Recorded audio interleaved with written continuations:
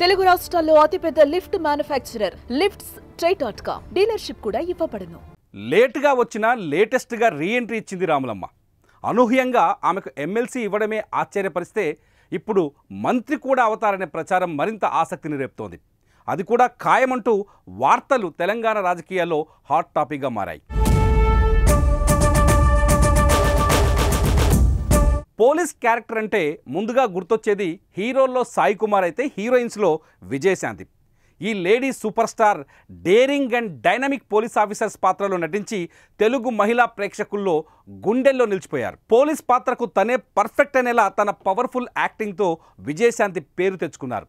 ఆమె తర్వాత ఎంతోమంది హీరోయిన్స్ పోలీస్ రోల్స్ చేసినా కూడా అంత క్రేజ్ తెచ్చుకోలేకపోయారు. పోలీస్ యూనిఫామ్లో వెండితెరపై అలరించిన అలనాటి తార ఇప్పుడు రాజకీయాల్లో ఆ పోలీస్ శాఖకు మంత్రిగా వస్తుందనే పుకార్లు షికార్లు చేస్తున్నాయి.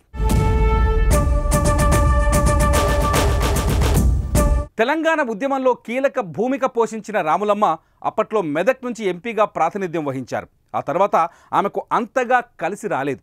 చాలా ఏళ్ల తర్వాత ఇప్పుడు ఎమ్మెల్యే కోట ఎమ్మెల్సీగా ఆమెకు అవకాశం దక్కింది. అద్దంకి దయాకర్, కెతావత్ శంకర్ నాయకులతో పాటు విజయశాంతి కూడా ఎమ్మెల్యే కోట ఎమ్మెల్సీగా నామినేషన్ దాఖలు చేశారు. విజయశాంతికి ఎమ్మెల్సీ కట్టబెట్టడమే కాదు, మంత్రివర్గంలోకి తీసుకుంటారనే ప్రచారం కూడా జోరుగా సాగుతోంది.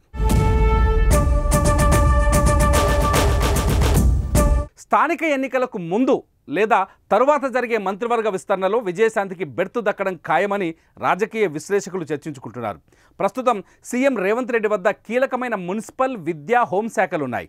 ప్రభుత్వం ఏర్పాటయ్యాక ఆ శాఖలను సీఎం తన వద్దే ఉంచుకొని పర్యవేక్షిస్తున్నారు. అయితే విస్తరణ జరిగితే ఆ మూడు శాఖల్లో విజయశాంతికి ఓ శాఖను కేటాయిస్తారని, ఎక్కువగా హోంమంత్రి అయ్యే అవకాశాలు ఉన్నాయంటూ సోషల్ మీడియా కోడై కూస్తోంది. మరికొందరు విద్యాశాఖను కూడా కేటాయించే అవకాశం ఉందని కూడా అభిప్రాయం వ్యక్తం చేస్తున్నారు. ఇంకొందరు మాత్రం ఆ ప్రచారాన్ని కొట్టిపారేస్తున్నారు. నామినేషన్ వేశాక మీడియా నుంచి కూడా మంత్రి పదవిపై విజయశాంతిపై ప్రశ్నలు ఎదురవ్వగా ఎమ్మెల్సీగా అవకాశం ఇచ్చిన అధిష్టానం మంత్రివర్గంలోకి కూడా తీసుకుంటుందో లేదో తనకు తెలియదని జవాబిచ్చారు.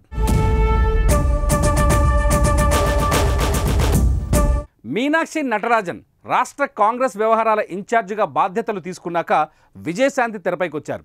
కాంగ్రెస్ అధికారం అందుకొని ఏడాది దాటిపోయినా సైలెంట్గా ఉన్న రాములమ్మ ఒక్కసారిగా వైలెంట్ ఎంట్రీ ఇవ్వడం, మంత్రి అవుతారని ప్రచారం జరగడంతో ఆమె అభిమానుల్లో కొత్త ఉత్సాహం ఉరకలేస్తోంది.